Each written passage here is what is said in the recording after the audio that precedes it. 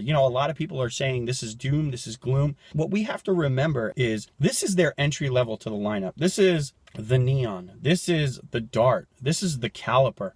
This is the all-new Dodge Hornet. So the Hornet arrives with a multi-energy powertrain that these customers are looking for to give them a menu of performance and efficiency. And it starts with this one. It starts with the Hornet GT with the Hurricane 4 engine, 265 horsepower, 295 pound-feet of torque. This is the Hornet RT PHEV powertrain. This is the first electrified vehicle for the Dodge brand, and this is the most powerful compact crossover you can buy. 1.3-liter turbo and an E-axle delivering 285 horsepower, and torque, 383 pound-feet of torque. That's almost 100 pound-feet of torque more than the gas car. It's damn near V8 torque out of a small compact UV with less than 1.5 liters of ICE power. So we also used the E-motor to have some fun, and we added a segment-exclusive PowerShot push-to-pass system. PowerShot is an on-demand system that maxes out battery discharge and gives you an additional 25 horsepower and knocks a full second off the RT's 0 to 60 time. This is the Hornet GLH from Direct Connection and my new best little friend. This thing is a blast. Straight from Direct Connection with an increased performance stage kit, lowering kit, and dual exhaust. And of course, for those of you in the know, the GLH badging.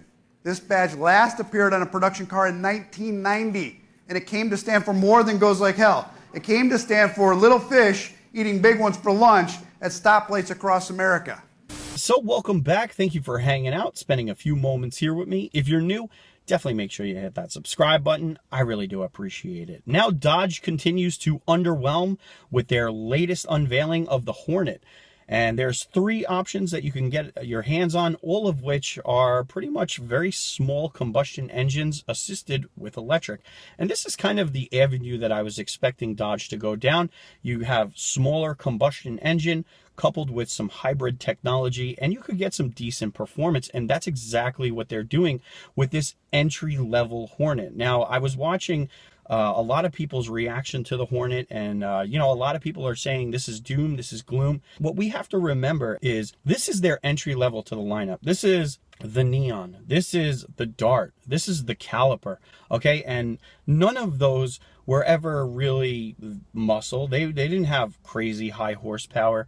They were smaller vehicles that were pretty quick for what they were. Okay, and this is nothing new. Okay, so we all have to kind of take a step back, relax, and, you know, the next unveiling is really the big ticket item. And the reason why I have a glimmer of hope for what it is that we're about to see is that they did keep the combustion engine. They went a little bit more of the hybrid route. Something that I really like about the RT version of the Hornet is the fact that it has a turbo engine. There's an electrical motor that adds, I believe it's like 120 horsepower. And, you know, when you look at the overall statistics of that Hornet RT, it's actually kind of impressive. That being said, I'm still not a huge fan of a turbo 4-cylinder, but I'm kind of hoping that we see maybe a smaller V8 Hemi coupled with this kind of technology that we're seeing in the Hornet. There might be an all-electric version. There might be a combustion engine version. So, you know, what we're seeing in the Hornet hopefully will translate into bigger combustion engines coupled with hybrid type of technology. You know, this is not all doom and gloom, okay? So I'm gonna wait and see what Dodge officially has.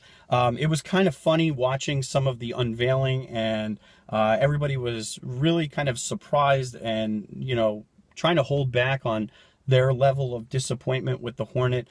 The initial reaction for me was that it was not really what I was hoping for. Again, I said this in the last video, when cars are getting unveiled, you're really hoping for that wow factor, that amazing, something you haven't seen before. And this is really just a repackaged Alfa Romeo, and, you know, just a little bit styled so that it looks like a Dodge. But in the end, we have to remember that this is their entry level. This is their $30,000 welcome to the Dodge family.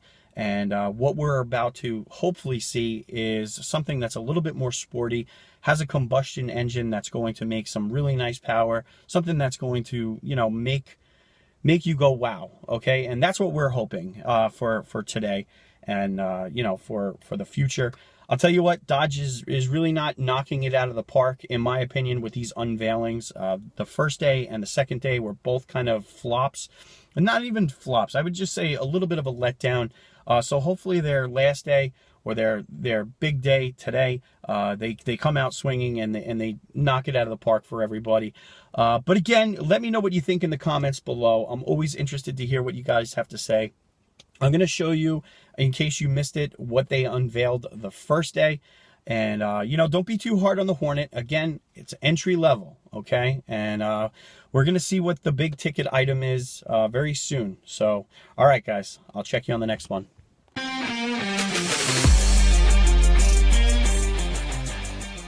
Nobody saw this one coming, but the drag racers have been asking for it, and Direct Connection answered. This is our drag pack rolling chassis, straight from Direct Connection into the hands of the sportsman drivers.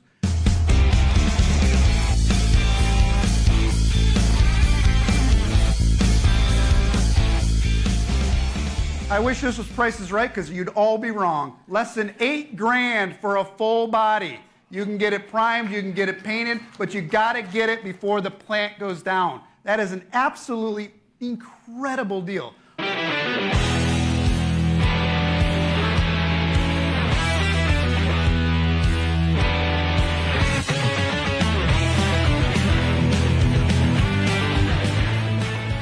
You guys are going to kill me later because I said Challenger. I was thinking of something else. After the Charger, we're going to do a Roadrunner, and we're going to do a Cuda right after this. This thing, I'm telling you, you can't see this on the live stream, but if you could get close to this, I mean, this thing is just jewelry. It's absolutely amazing.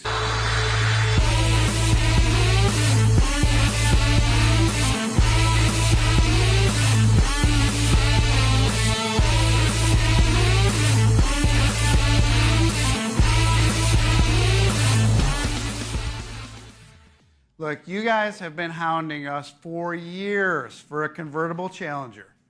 And you know that we don't build them.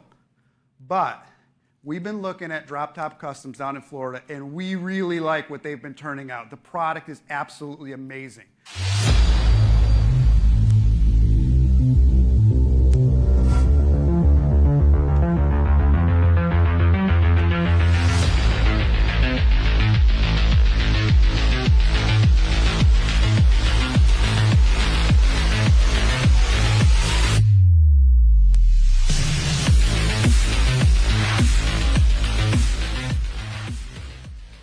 Yep, there's still time to get the most powerful SUV ever. The Durango Srt Hellcat is back for the 23 model year, and even though they were able to figure out how to keep building it, you all know the stories you heard about emissions, compliance, and blah, blah, blah.